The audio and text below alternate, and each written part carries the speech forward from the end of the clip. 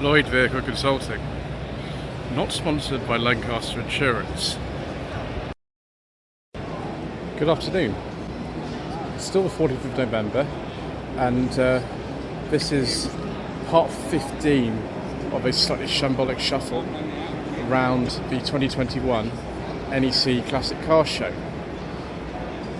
The reason they call it shambolic shuffles is because I frequently get information wrong, get my words mixed up, sometimes I fall over. It's just not the highest quality thing that's around. Nevertheless, we've done 14 videos since Friday, and we will try in the next 1 or 2 videos to finish this show. So I'm here at the MG Car Club stand that I didn't entirely film yesterday, so let's get this started. I'm in Hall 3. Recreation of a 1935 MG R-Type racing car, 1931 MG C-Type racing car. This looks suspiciously like an MG ZT 260, and it's a pre-facelift one, 2004, so that's quite a rare car actually. 4.6 Ford Mustang V8 in that one.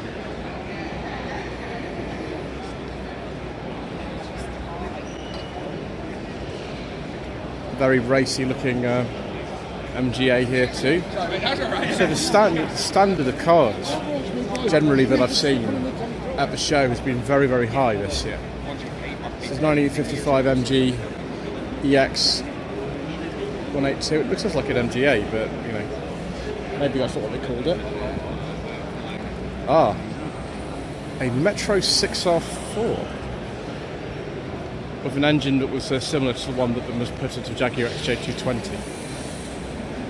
And it's still got the MG Metro steering wheel on that one. Yeah, it's a B from about 1985, 86, something like that. Don't think it's not 6R4, just an MG Metro. Maybe someone's put a different front end on that one. I don't know. Answer in the comments section below. This one's a bit later, so 86, 87 plate on that one. Ooh, some DeLoreans. More DeLoreans. That's an 81 only car. Northern Irish plates on those, so I don't know. They're only made from 81 to 82. That's it. It didn't last very long, really. Which was sort of a shame. It's just as well that the producers of Back to the Future decided to give the car something of an afterlife. Morris O-Type van. They weren't actually called the Morris Malone, they're called the Morris O-Type, or the 600 weight as well. Bedford M-Type, O-Type. I don't know, viewers. Some of you will probably know more about this than me. Let's have a look whilst we're here at some more commercial vehicles. Why not? We can get this side of the hall finished. Austin A35 van from 1967. Wow, they made those late. Morris J-Type van. They made those, I think, from 49 to 1960, so very long production run. Another Bedford. It's the same type of Bedford as that one over there. Oh no, that one's sort of like a recovery truck. I mean, it looks kind of similar.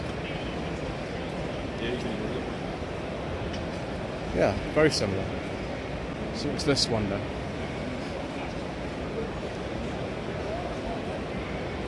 Gosh, it's got all this sort of period stuff on top, and it's in crates and not containers, and all kinds of exciting things.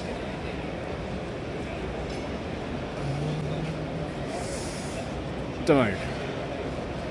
It looks very similar to the ones that you see all over the world, but I just forget what that's called. Answers in the comment section below. The mini kit stand.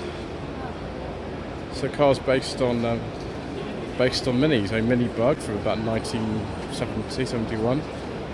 Mini Track from, I don't know when that's from. A Scorcher, that looks really very dangerous indeed. Don't think I want to have a go in that. They could be better off in this. Is this Tiki from about 1972, 73? That looks the sort of 70s thing ever.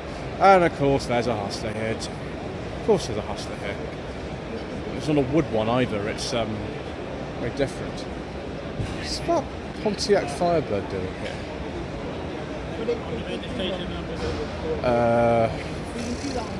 Never mind. Never know what you're going to find around here. It's a 95 apparently. And this one's been split in half. 90, 92, 93. Mini Cooper. That's got an airbag in it, so perhaps that's a personal plate, yes, because the airbags didn't come in until 1995. So personal plate. Mark 7 Mini Cooper. Two earlier Coopers, I think those are both the Mark 6s, like this one. Yeah, it's got the early steering wheel, it's just a 95. This one, I don't know. So this is the van, and there's finished production 82, so who knows? Ooh. It's this Sunbeam owner's stand. Oh, this is nice. Sunbeam Harrington Le Mans from about 1962. Just take a look at the information sheet here.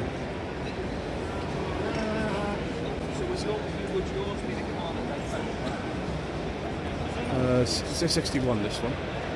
Let's take a look at this interesting hatchback on this. It's very nice. That'd be a series. No, that's a Sunbeam Tiger. And a little friend up there too. I should have seen that. So if I get it wrong next time, he'll come after me. Sunbeam Tiger, 1967. Yeah. Replica of a car that Sean Connery drove in Dr. No, which was I think a Series 2? Yeah, it's vacant for the purchase tax. So yeah, but it wasn't really a Bond car. The producers just hired it for a couple of days or something to do some sequences. It wasn't the factory or anything. It was just from a person who lived there. It's Alpine Series 1. This one looks very sport. Sorry, this is 62. Do apologise. Right, just very careful before we say. Yeah, it's some Tiger Mark 1, 1965. There became a problem though with the Tiger because it had a Ford engine in it, and when Chrysler started taking controlling interest in the root screw, they had to sort of very quickly get rid of the Tiger because it didn't have the right engine in it, which is a bit of a shame, really. Something Tiger Mark 1A.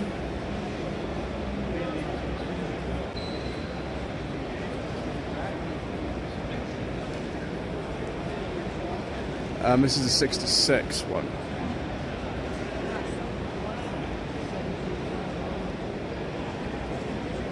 Oh, that's just the Alpine, it's not the Tiger version. The cat's whiskers. Apt description. I see Jilk's Garage are advertising here with their Comma Cob. Good old-fashioned service, yes. I do recommend visiting Jilk's Garage. I've been there a couple of times myself, and it is very good. They don't normally have this Comma Cob on display there, though, unfortunately. Oh, viewers, this is a really rare car. 1968 Singer Vogue Mark V. This is the arrow shape of Vogue. They made various types of arrow cars under lots of different roots group names.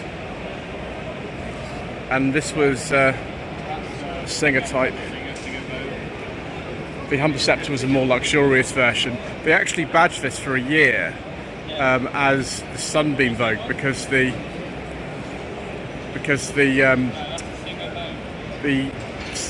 Singer name had been discontinued in 1970. Another Singer here. This is a 9 Le Mans 4-seater. Again, I actually had a friend who owned one of these, and I helped him sell it in 2006, I think it was. It didn't actually run that well at the time. Another Singer 9 here. This is a 33 Sports Coupe. Let's take a look and see if we can get some blue leather or vinyl or something. We have indeed. 1919 Singer 10. It's got a very, very small dicky suit in the back. I don't think I want to go in there, viewers. I think it wouldn't end particularly well if I did. Just have to take video and not drive anywhere. 1934 Hillman Mink Saloon.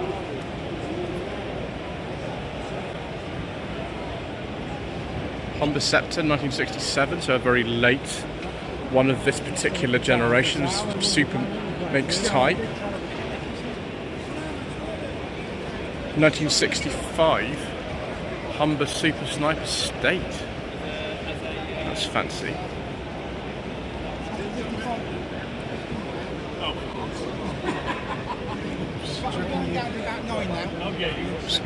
Whilst we're here, we will look at some MG T models.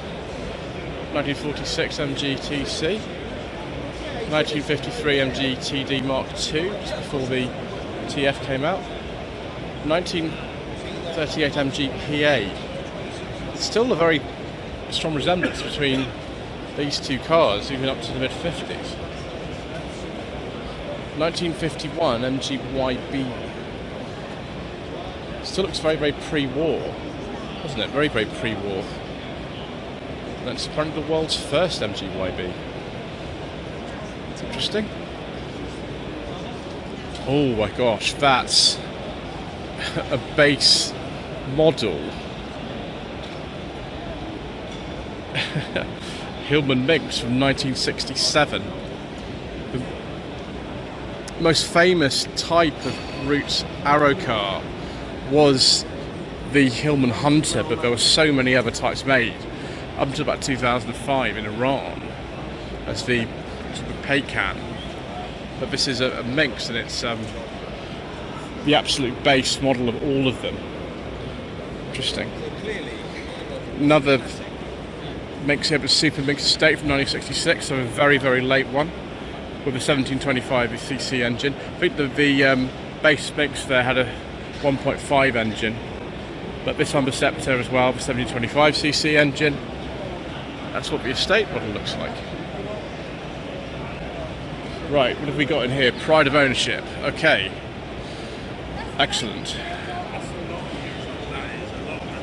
1998 Ferrari F355 Berlinetta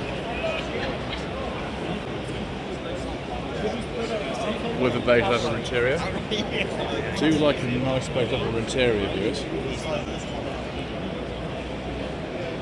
Rover ST1, is this a Vitesse or a Vanden Plas? It's a B, so 84, there we are. It is a Vitesse. Don't ask me if it's a twin Planum or not. Don't ask me questions like that, viewers. Yeah, definitely a Vitesse. Opel GT 1.9. They weren't. I don't think these were sold over here. Actually, they were sold in California, but I don't think they were sold here. This one's an automatic. Wow, that's interesting. Yeah, it's sold in America and parts of Europe. It's in 1970. This is 81, 82 82 Lotus Esprit Turbo. This is a replica of the one that was used in for Euros only, although that was actually on a W plate, not an X. Was he supplied by Bell and Colville? Yes. There he is, Sir Roger himself. 1964 Fiat 1500 Cabrio, I think these were called. And it's an original right-hand drive one too. That's rather nice.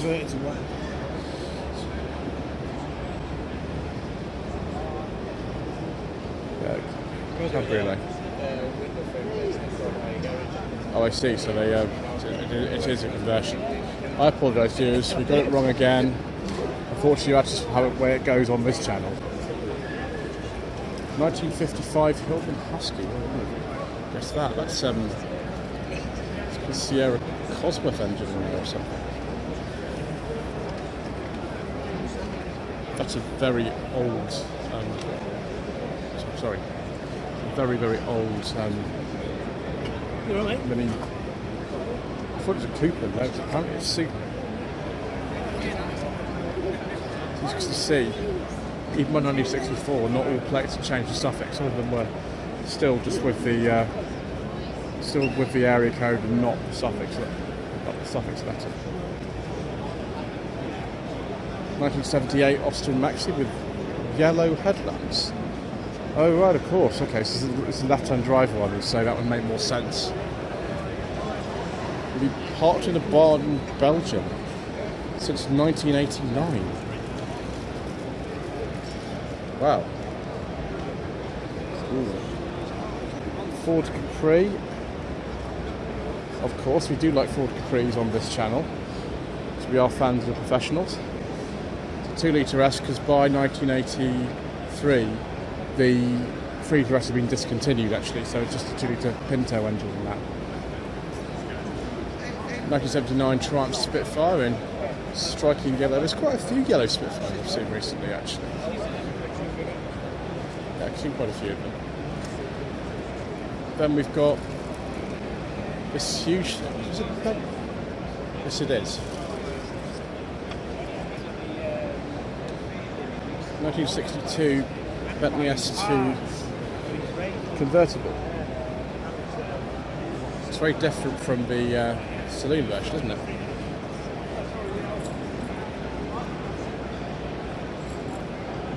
Up for MG. There seem to be lots of MGs at the show this year.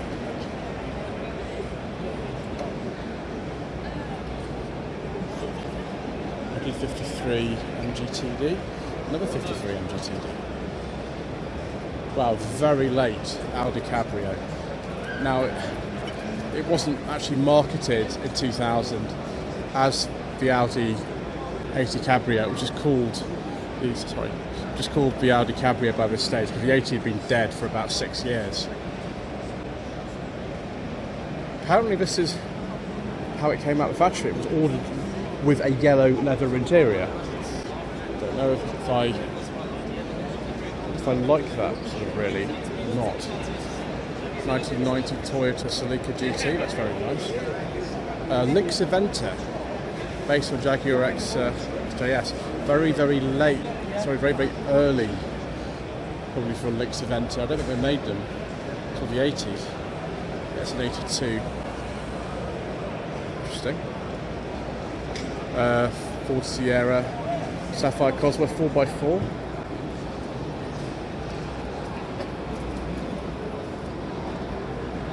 It's from 1993, so a very, very late one. Very late indeed. Almost finished a pride of ownership stand here. With that, we'll go and look at some MG Fs and TFs. This looks like a Vauxhall Velox. There was the Wyvern, the Cresta and the Velox. This is the Velox. It's like a very late one, because I think 57, 58 they brought out the PA Cresta and the F-Type Victor. So it's a 57. Oh, it's for sale, is it? Well, could be yours, Mr. Bill on the World's Wheels channel says. Chevy Bel Air. Yeah, this is for sale too. So this also could be yours. 7 Bel Air convertible. I bet that's worth a bit of money. That. Just a little bit. 1975 Volkswagen Golf Mark 1. Now this is in the Swallow Tail. I have actually seen the back of this before, and unfortunately it's not. It's a very, very early one though. So you can see it, the back. Oh no, it is a Swallow Tail. Yes it is, with the letter it's not a flat back. I do apologise to you, I've actually found one. That's impressive. So yeah, very early one indeed. They only made the Swallow Tail for about a year. I think that's worthy of a photograph actually.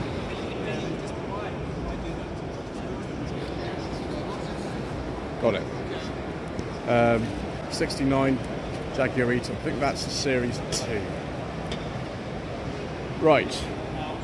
Time for some MGFs and TFs. The MGF register. GG.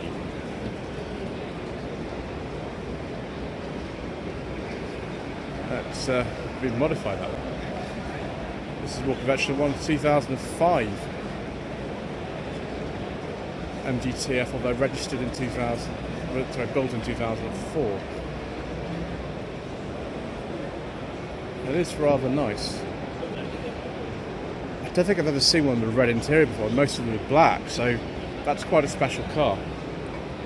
Let's have a look quickly at this Owen Motoring Club stand. Let's sure we cover everything whilst we're here. 1965 Hillman Super Imp. Series 1 Ford Escort RS Turbo. Just like the one that's used by Leslie Ash and Cat's Eyes. Yeah, people sounding the horn. It's not quite time for that yet. That comes at the end of the show. And then there's this mini pickup on a T, so 879, 78. Originally in 850, so that would have been a bit slow if you put any load in the back. The pickup and the van retained the original doors until production had been both ended in 1982. So, also got the MGF here. This looks like a very, very early one. Yes, in 95, so it's a very, very early one indeed. Beautiful.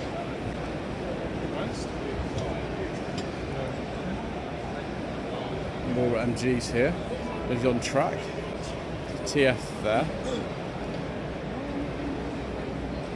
68, 69 MGB.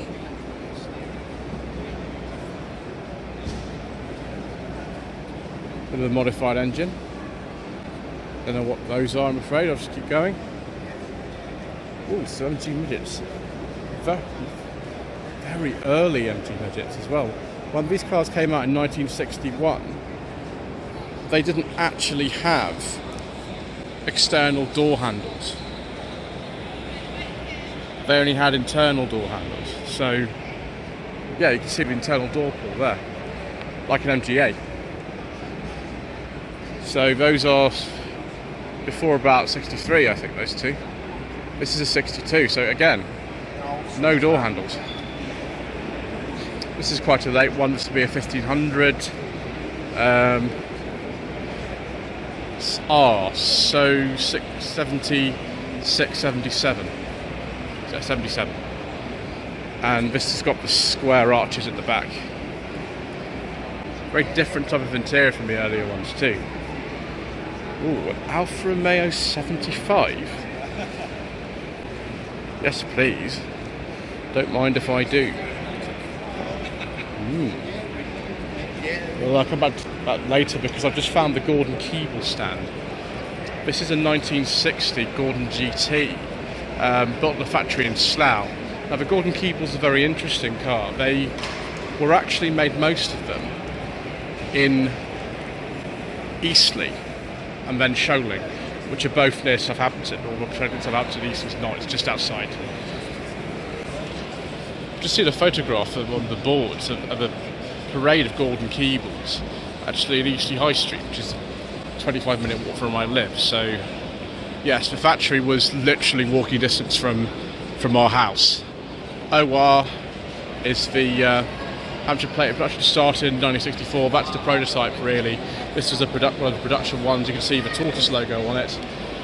And yeah, I do like these. They had a very, very limited production run. They weren't very popular. I think it's a Chevrolet V8 in these. We do like Gordon-Keeble's on this channel, viewers. Very nice. Also very nice is the Graham Hunt stand.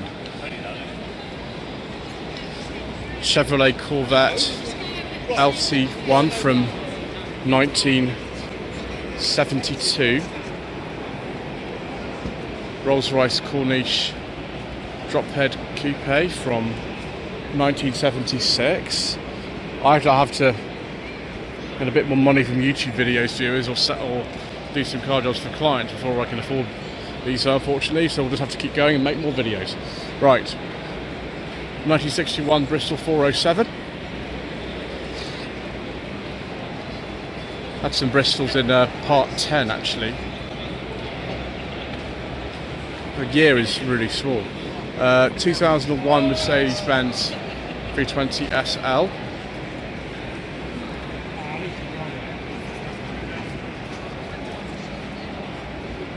Aston Martin DB4 from, yeah, so small, 59. Gosh, you need good eyesight to read that. It's a bit too modern. Oh, they're actually selling a Gordon-Keeble. Wow, fantastic. 64, so it's really similar to the other one. Wow, so you can actually buy a Gordon-Keeble. Brilliant.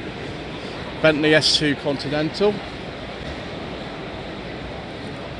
This would be about, yeah, number 62 as well.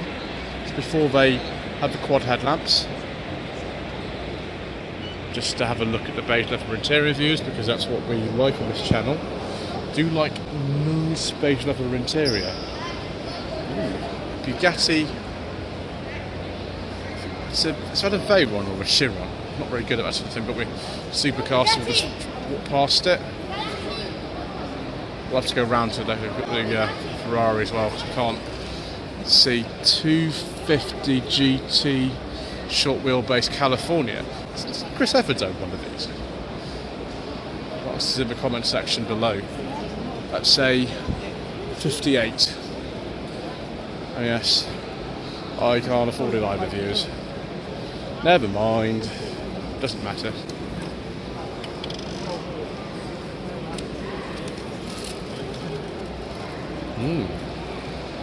Bentley Mark 6 by Malalia from 1949. There are actually quite a few special bodied Bentley Mark 6s, because we actually had one at our wedding, viewers, if you could believe that. It wasn't this body, it was a special body that the owner's father had commissioned in the 1990s. It looks similar to this, but it's not quite the same. They're a bit of a handful to drive, I can assure you. Another Bristol, this one is a 404 from 1955. Aston Martin V12 Vanquish, 2004. Ferrari 575, 2002. What's this? Oh, it's a quad headlamp. Oh, it's a Rolls-Royce Silver Cloud Coupe. Oh, it's by James Young. Excellent.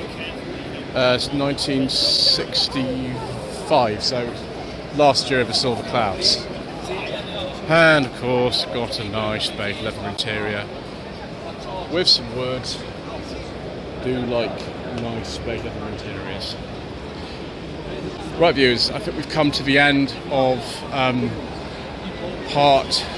Let's get this right.